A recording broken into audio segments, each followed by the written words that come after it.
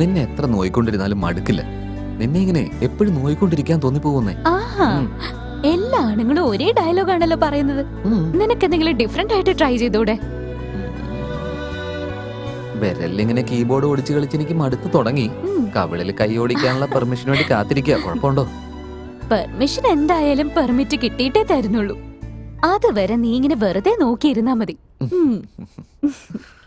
അല്ല, വേറൊരു കാര്യമുണ്ടല്ലോ. ഇന്നലെ വിളിച്ചപ്പോ നിന്റെ ഫോൺ സ്വിച്ച് ഓഫ് ആയിരുന്നു. നിന്നോടാ ചോദിച്ചത്. എവിടെ പോയായിരുന്നു? ഹോസ്പിറ്റലിൽ ചെന്നിട്ടില്ലെന്നാണല്ലോ പറഞ്ഞത്. അതൊരു ഇമ്പോർട്ടന്റ് ജോലി ഉണ്ടായിരുന്നു, അതാ അങ്ങനെ ചെയ്ത. ഇത് ആദ്യത്തെ തവണ അല്ലല്ലോ. നീ തിങ്കളാഴ്ചയും ഫോൺ ഓഫ് ചെയ്തിട്ട് എങ്ങോട്ടോ പോയിരുന്നല്ലോ. അതൊക്കെ സമയമാകുമ്പോ ഞാൻ നിന്നോട് പറഞ്ഞോളാം. ഇപ്പൊ അതിനെ കുറിച്ച് നീ ഒന്നും ചോദിക്കരുല്ലേ. നമ്മൾ കല്യാണം കഴിക്കാൻ പോകുന്നവരില്ലേ? ഞാൻ അറിയാത്ത സീക്രട്ട് എന്താ? ഉറപ്പായിട്ട് ഞാൻ പറയും വേദ്, പക്ഷെ ഇപ്പൊ അല്ല. അതുവരെ നീ എന്നോടൊന്നും ചോദിക്കല്ലേ വേദ്, പ്ലീസ്. ഓക്കെ, ഇനി നീയായിട്ട് പറയാതെ ഞാനായിട്ട് ചോദിക്കില്ല. ഇനി ഞാൻ എന്തെങ്കിലും ചോദിച്ചിട്ട് ഇനി ഇമോഷണൽ സീനൊന്നും കാണാൻ വയ്യ. ഞാൻ ഇമോഷണൽ ആയെന്നോ?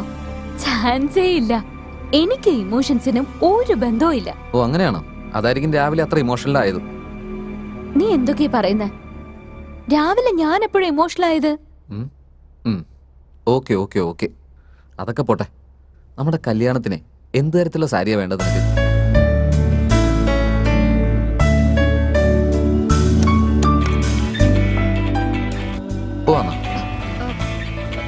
വേദ്, എനിക്കൊരു പ്രധാനപ്പെട്ട കോള്. ഒരു മിനിറ്റ്.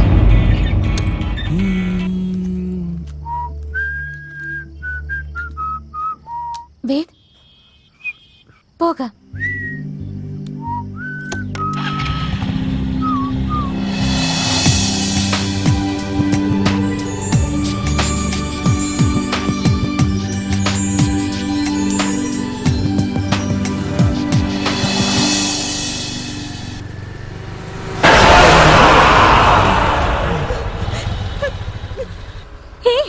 സൂക്ഷിച്ച് വണ്ടി ഓടിക്കണമെന്ന് എത്ര തവണ പറഞ്ഞിട്ടുണ്ട് നിന്നോട്? ഞാൻ പറയുന്നത് എപ്പോഴെങ്കിലും സീരിയസ് ആയിട്ട് എടുത്തിട്ടുണ്ടോ? നിനക്ക് നടക്കാൻ പാടില്ലാത്ത എന്തെങ്കിലും സംഭവിച്ച? സോറി. എന്താ സോറി? സോറി പറഞ്ഞില്ലേ? നീ ടെൻഷൻ അടിക്കല്ല. നിനക്ക് കുഴപ്പമൊന്നുമില്ലല്ലോ? എനിക്കൊരു കുഴപ്പമില്ലെന്നേ. എന്നാ പോയാലോ?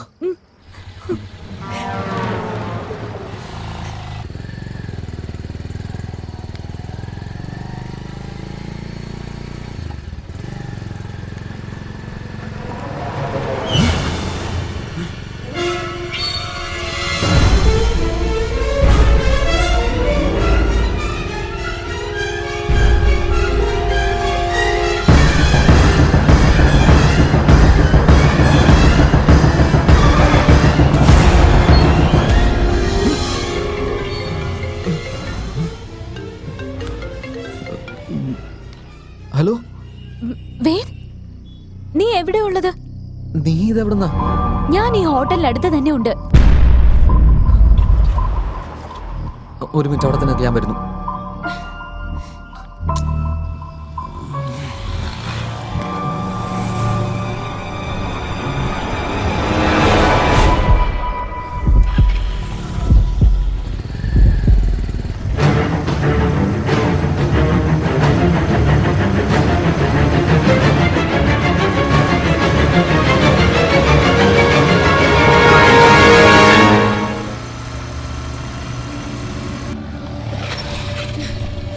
വേദ്, എവിടായിരുന്നു നീ?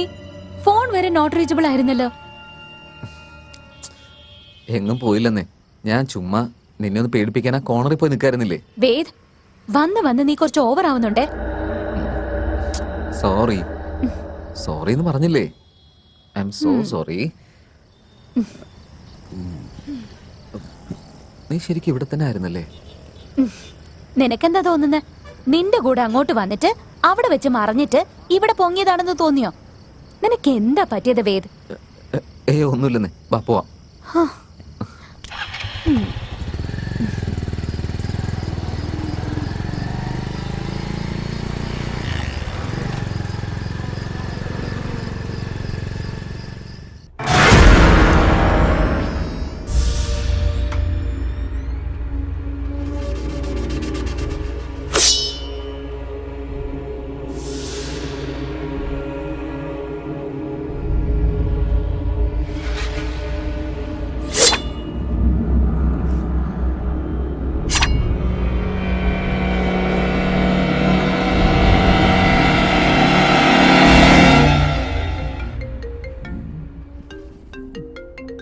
ഹലോ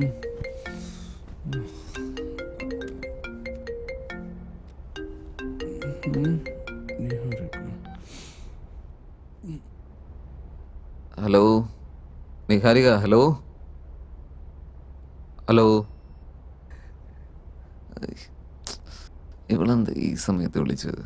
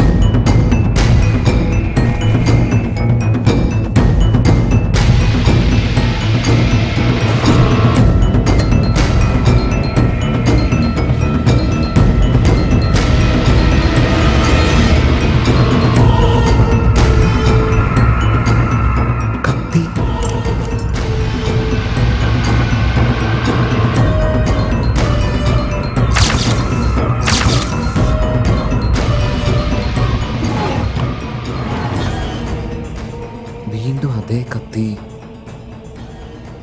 ഇതെങ്ങനെ പുറത്തെത്തിയത്?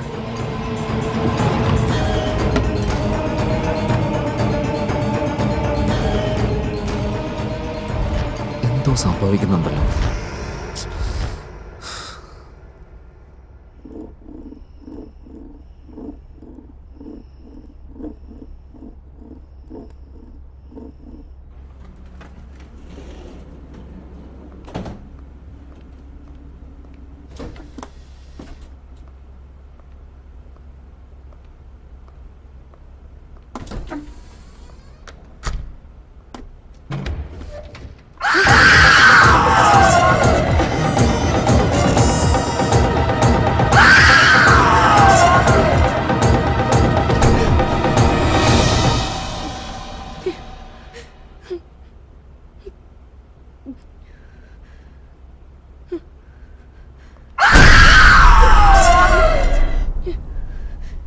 എന്തു പറ്റി മാഡം? ഫയൽ അതിലുണ്ടല്ലോ, ഞാൻ എടുത്തു തരാം.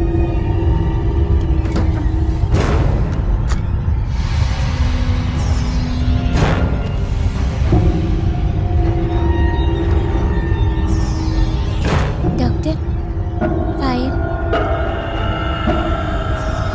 Doctor, file.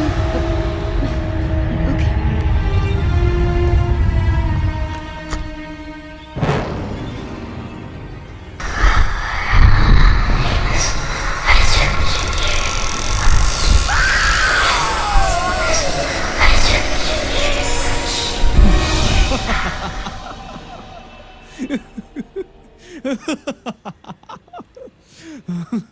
Oh my God.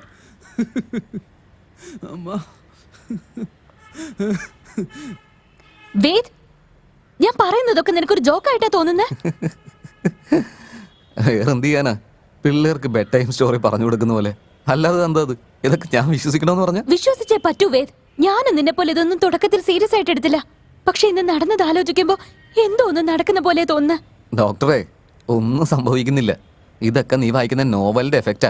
എനിക്കിതൊന്നും നോവലിന്റെ എഫക്റ്റ് ആയിട്ട് തോന്നുന്നില്ല. നിഹാരിക ഈ വിഷയത്തിൽ കള്ളം പറയുന്നില്ലെന്നാണ് എന്റെ വിശ്വാസം. നീയും ഇവള് പറയുന്നൊക്കെ വിശ്വസിക്കാൻ തുടങ്ങിയല്ലേ? ഞാൻ അവളെ സപ്പോർട്ട് ചെയ്യുന്നൊന്നല്ല. അവളിങ്ങനെ പേടിച്ച് പറയുമ്പോൾ നീ അവളെ ആശ്വസിപ്പിക്കുന്നതിന് പകരം നീ അവളെ കളിയാക്കണോ? നിക, നീ ഒന്നുകൊണ്ടും പേടിക്കണ്ട കേട്ടോ. അതെന്താണെന്ന് ഞാൻ കണ്ടുപിടിച്ചു തരാം. ഒന്നും ടെൻഷൻ അടിക്കണ്ട. ഞാൻ നാളെ ഇവളോട് പോയി താമസിച്ച് അവിടുത്തെ പ്രശ്നങ്ങൾ എന്താന്നൊക്കെ നോക്കി നമുക്കത് പരിഹരിച്ചു കളയാം. പോരെ? ഓക്കെ, ഇത്രയുള്ളൂ കാര്യം. കണ്ടില്ലേ? നീ എന്ത് വേണമെങ്കിൽ ചെയ്തു, പക്ഷെ എനിക്ക് ഇവളുടെ സന്തോഷ പ്രധാനം.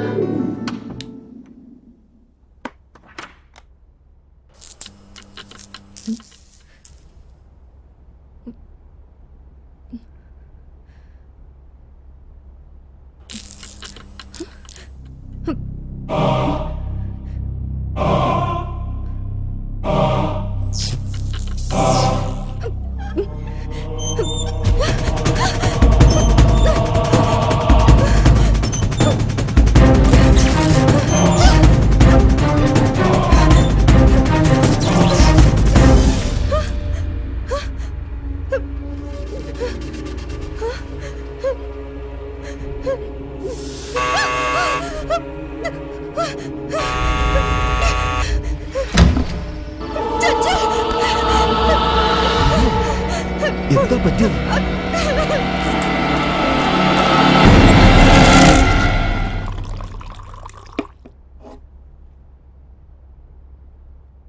ഇതാ കുടിക്ക്. Thank you.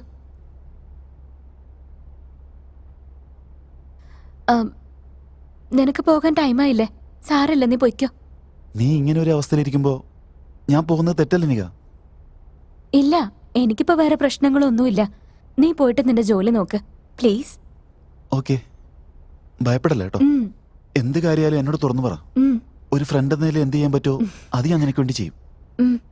ഒരുപക്ഷെ അത് പോരെങ്കിൽ നാളെ വേദ വരുമല്ലോ, അവന്റെ അടുത്ത് എല്ലാ കാര്യങ്ങളും പറ. ഓക്കെ, ധൈര്യമായിട്ടിരിക്കേ കേട്ടോ. ബൈ.